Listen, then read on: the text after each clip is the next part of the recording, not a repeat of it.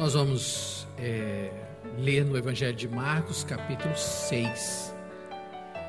Vamos fazer a leitura do verso 54 até o verso 56. Verso 54 a 56.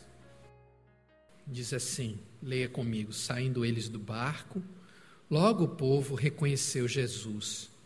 E percorrendo toda aquela região, traziam em leitos os enfermos, para onde ouviam que ele estava.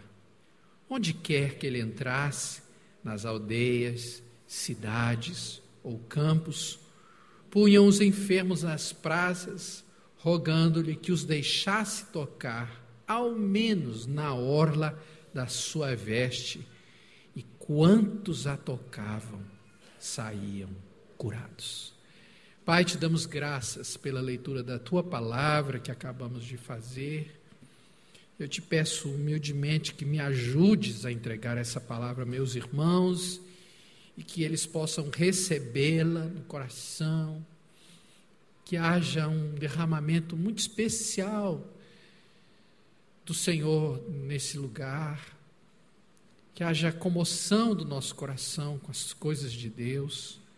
Repreende toda a obra maligna que tenta impedir que essa semente seja semeada.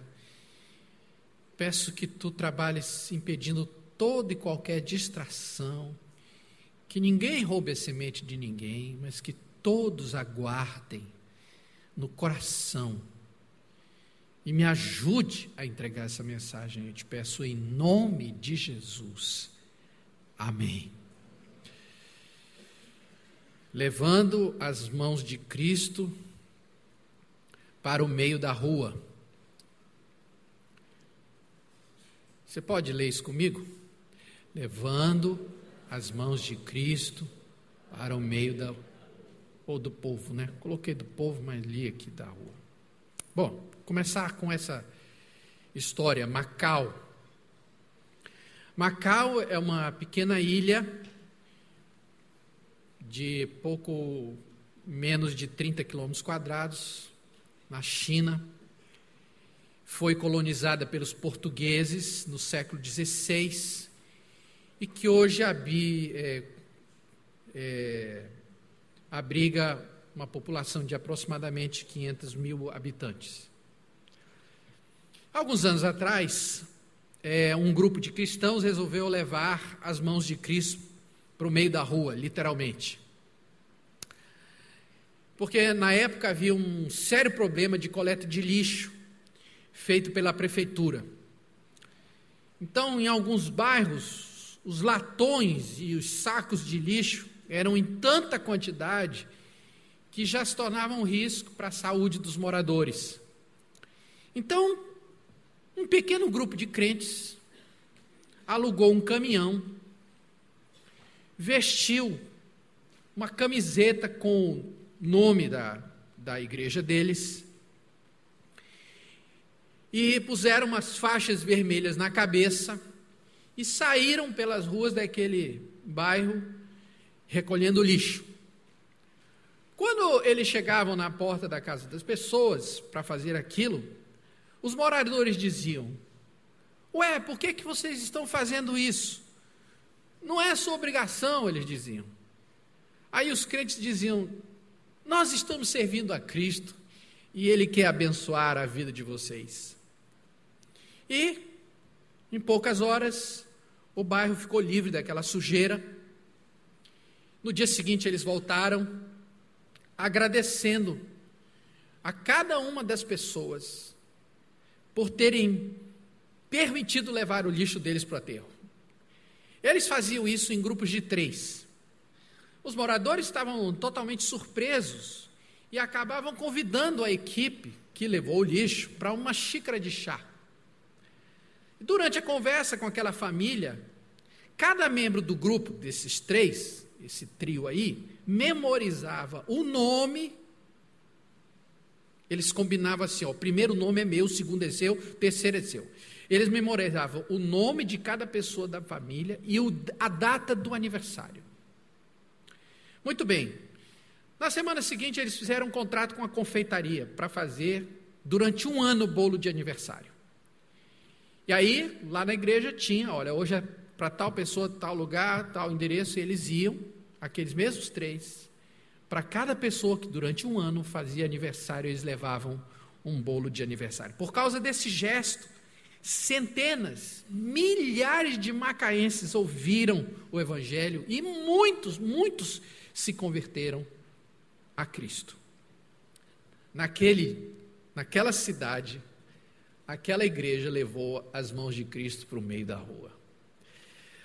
Irmãos, o nosso texto mostra que o nosso Senhor Jesus Cristo gostava de visitar essas praças por um motivo muito simples. As praças são centrais. Elas são fáceis de chegar na maioria das cidades. Podem receber muita gente. Praça é pública. E elas fazem qualquer notícia correr rapidamente pela cidade. Então aquela gente que foi naquela praça queria tocar em Jesus, mesmo que fosse na barra da sua túnica.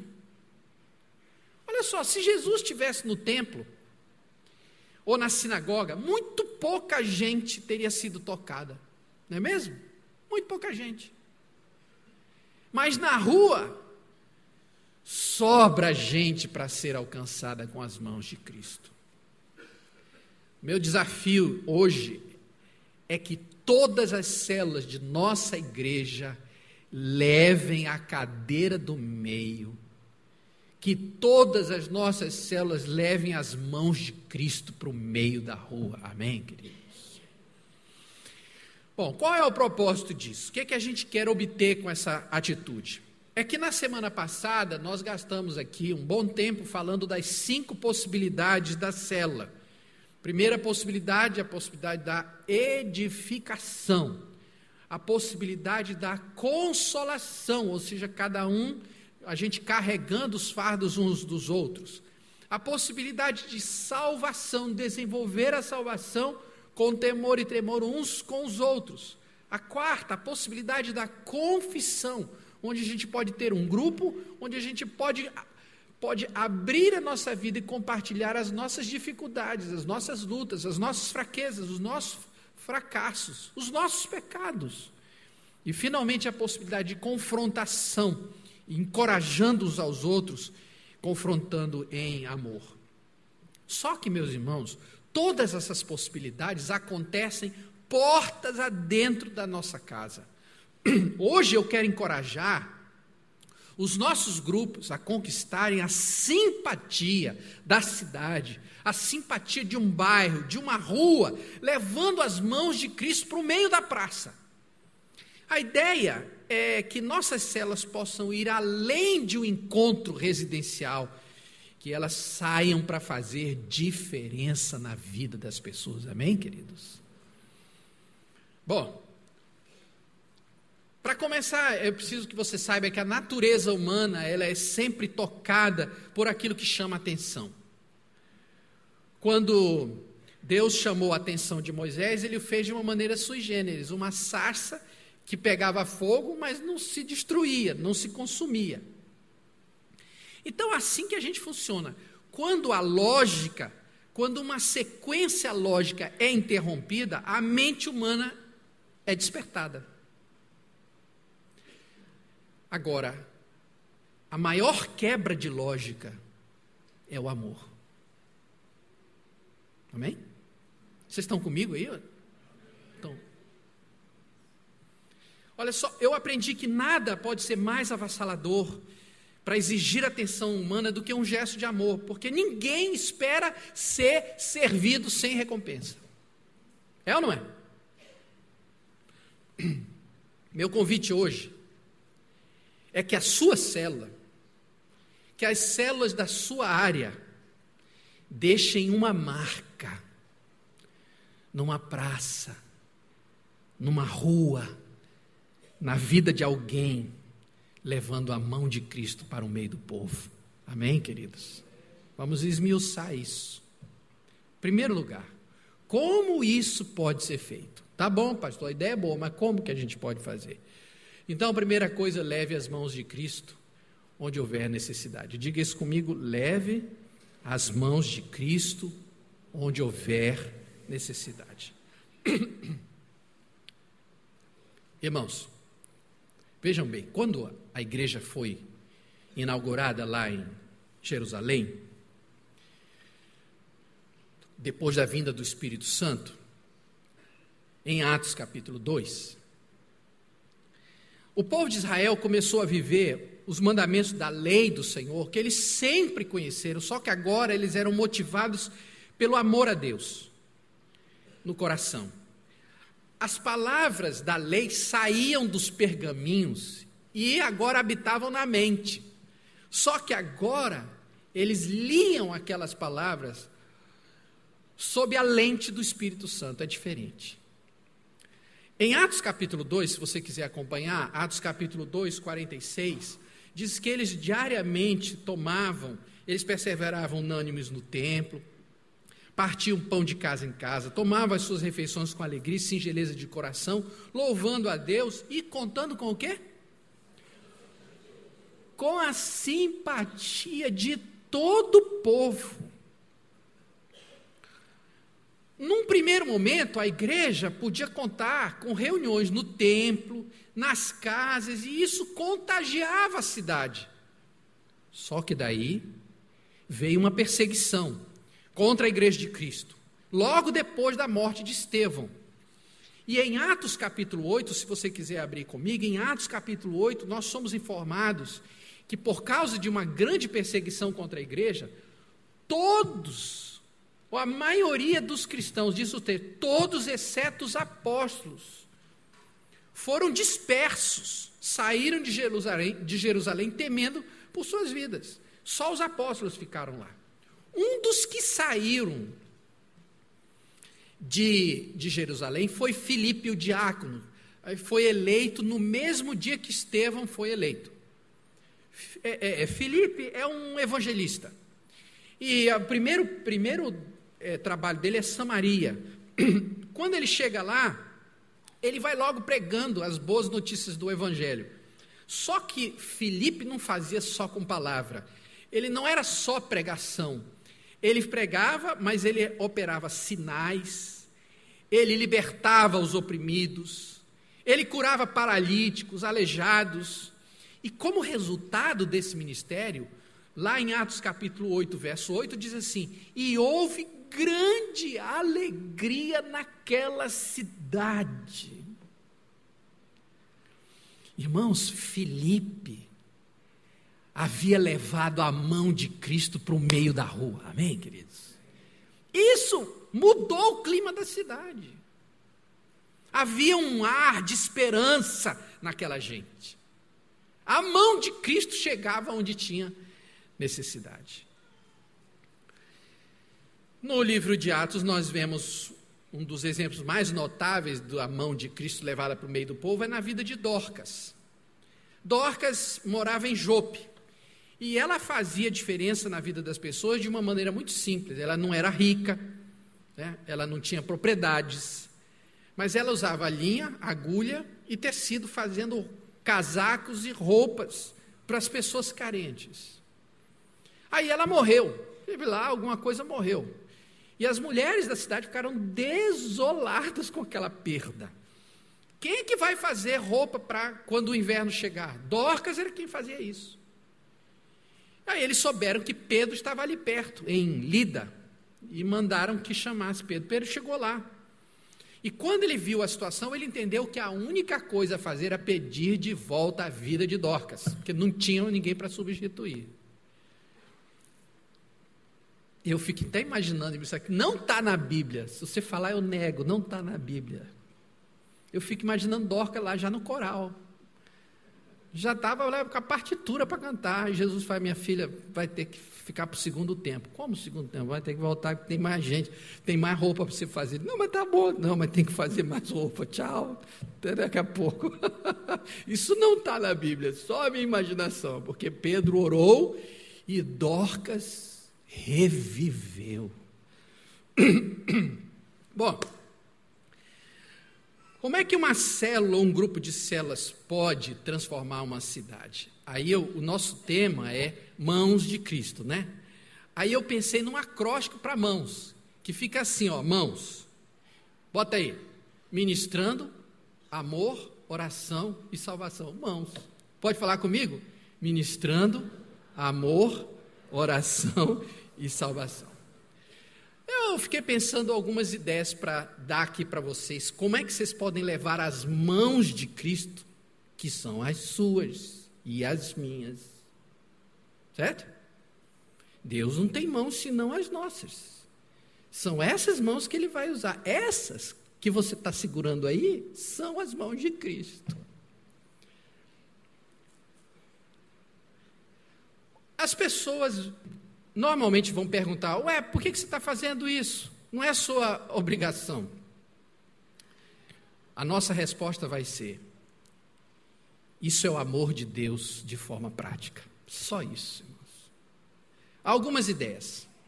Primeiro, imagine uma célula levando um café, uma célula levando um café bem quentinho, um chá, chocolate quente na madrugada, para pessoas que esperam numa fila por uma consulta. Imagine um copo de água fresca para quem está no ponto de ônibus, debaixo do sol. Tem muito ponto de ônibus que não tem, está lá. Imagine oferecer frutas frescas numa escola de crianças carentes da periferia. Por que não? Imagine guarda-chuvas na porta de uma escola para as mães transportarem as crianças até o ponto do ônibus ou até o carro. Imagine oferecer ajuda a pessoas que saem do supermercado com as suas compras até o carro. Algumas vão provavelmente retribuir com uma gorjeta, mas você vai dizer, isso é o amor de Cristo de forma prática. Imagine levar sacos plásticos na praia e pedir para recolher o lixo dos banhistas. É o amor de Cristo de forma prática. Eu vou falar algo bem radical. Não tente fazer isso sozinho, talvez você não consiga. Mas oferecer-se para limpar os banheiros de uma rodoviária, de um colégio, tenha certeza de que você está com todas as vacinas em dia, de um hospital, provavelmente vai fazer o gerente ter um ataque cardíaco. Ele provavelmente não vai lembrar de alguma vez que alguém pediu para limpar de graça o banheiro de um estabelecimento público. Oferecer-se para dormir uma noite no hospital, cuidando de um paciente que não tem ninguém da família. Oferecer um chá quente durante um velório. Oferecer uma sopa aos moradores de rua durante a noite. Oferecer-se para fazer uma faxina e arrumação no apartamento de alunos de uma universidade que vem de fora. Visitar um orfanato, um abrigo de idosos, levar um presente, um utensílio pessoal, uma toalha, um cobertor, um agasalho. Quem sabe adotar uma praça, consertar os brinquedos quebrados, trocar as lâmpadas, limpar a área, deixar folhetos que falem do amor de Deus em lugares apropriados. Macaé recebe muitos estrangeiros. Eu li de uma igreja que montou um grupo chamado Ministério Hope. Em inglês, Hope significa esperança. Mas eles encontraram um acróstico para cada uma dessas letras, HOPE. Helping Others Practice English. Ajudando outros a praticar inglês. Eles descobriram que havia muitas mulheres japonesas cujos maridos trabalhavam até muitas horas, até fazendo hora extra, até viajando, e elas não falavam inglês, não conheciam a cultura americana, então eles decidiram ensinar inglês para essas mulheres, ajudá-las a fazer as compras, entender a cultura americana. Hope. Centenas, milhares de pessoas vieram a Cristo através do Ministério Hope. Aliás, falar nisso, um dia desse, um irmão da igreja falou, pastor, por que a nossa igreja não oferece serviço de inglês? Nós temos tantos estrangeiros aqui, por que a gente não pode oferecer um serviço de tradução para para os estrangeiros, nós não temos uma igreja aqui. Aí eu falei, pois é, irmão, boa ideia, mas como começar? Porque isso tem que ter um equipamento. Ele falou, eu dou o equipamento. Eu falei, tá, na beça. Então, qualquer dia desses, vocês vão começar a ver os gringos chegando aqui, mas é o resultado da visão que Deus deu para esse irmão querido. Nós temos uma rodoviária na cidade. Quantas pessoas chegam a Macaé sem qualquer noção de onde se hospedar, onde comer, como chegar nos lugares? Quem sabe um grupo põe uma camisa assim, posso ajudar? E simplesmente receber as pessoas descendo do ônibus, você tem para onde ir, você precisa de alguma ajuda, quer chegar a algum lugar? Quem sabe? Irmãos, isso são apenas algumas sugestões para vocês entenderem como é levar a mão de Cristo para o meio do povo, amém, queridos?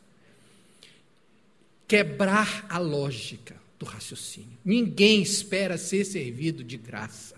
Ninguém espera ser servido sem recompensa.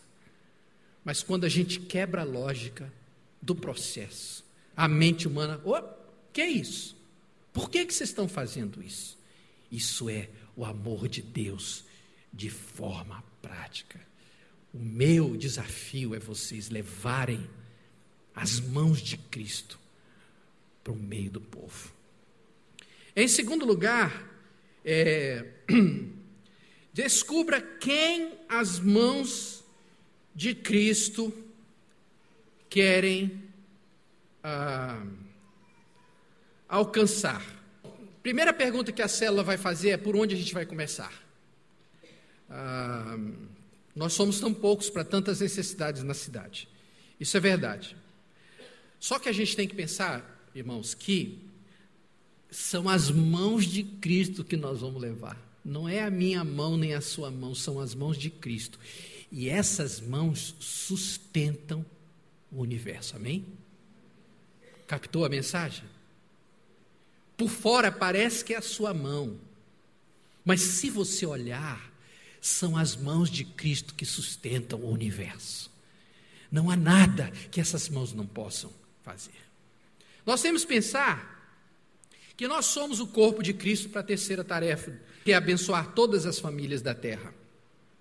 Nós temos que pensar na sinergia do corpo de Cristo.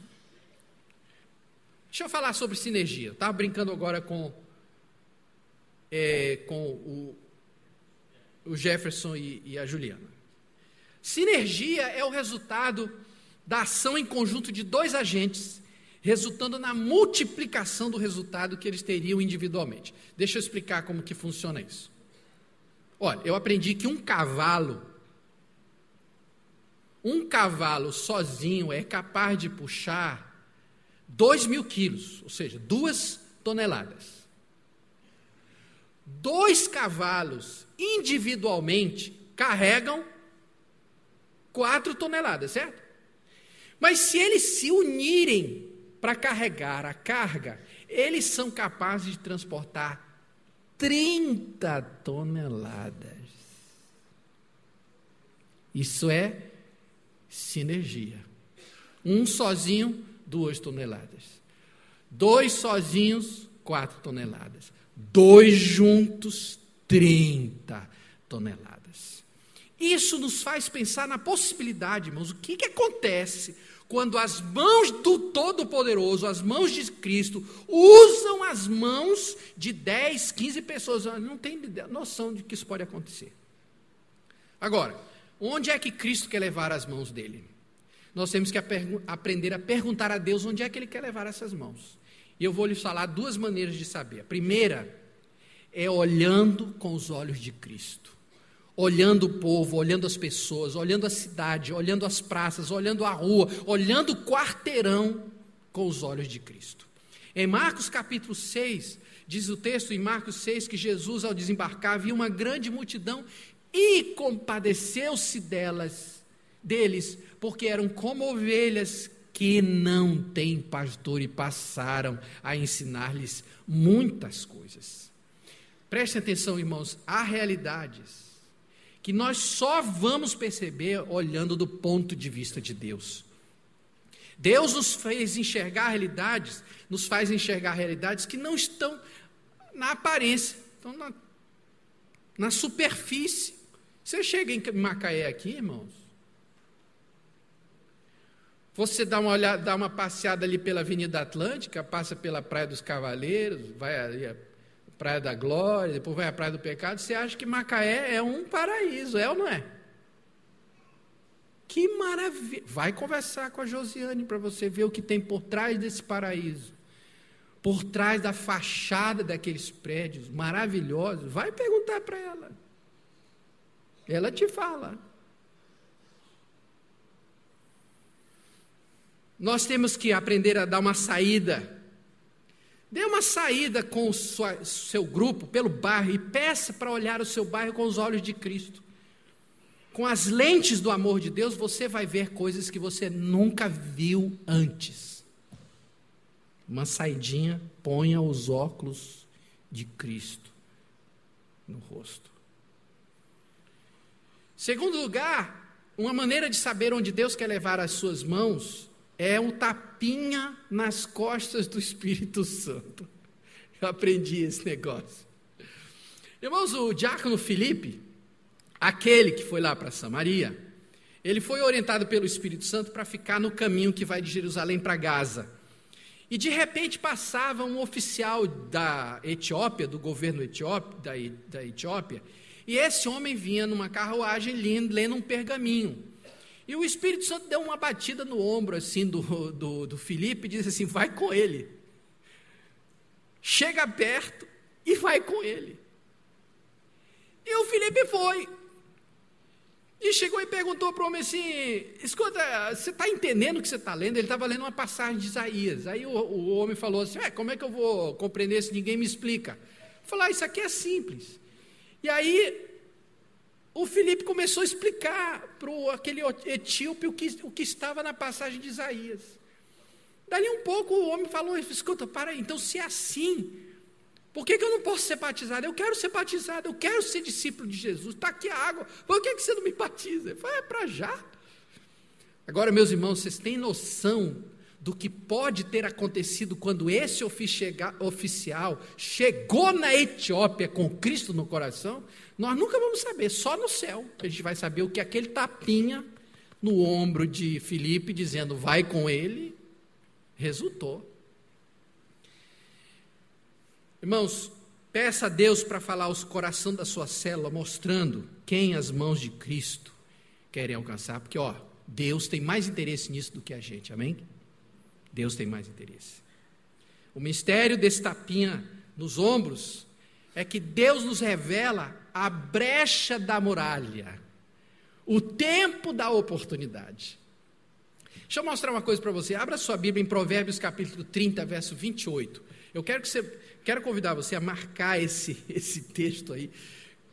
Provérbios capítulo 30, verso 28. Fala assim do geco. O geco é uma lagartixa. Diz assim, a lagartixa, o geco, que se apanha com as mãos, mas está no palácio dos reis. No palácio dos reis. A lagartixa é esse bichinho que não ameaça ninguém, porque lagartixa, bom, é claro que a Carmen pensa diferente, né? Mas a lagartixa não morde ninguém, ela não tem dentes, ela não transmite doença, ela simplesmente se alimenta de mosquitos, só isso. E o provérbio aqui diz que o geco se apanha com a mão. Mas é a criatura que descobre as brechas nos lugares mais bem guardados do mundo. E quando menos se espera, ela está. Eu olhei uma ali, pensei que eu tinha uma ali para confirmar, mas não tinha não, né? Mas quando você olha no teto, está lá.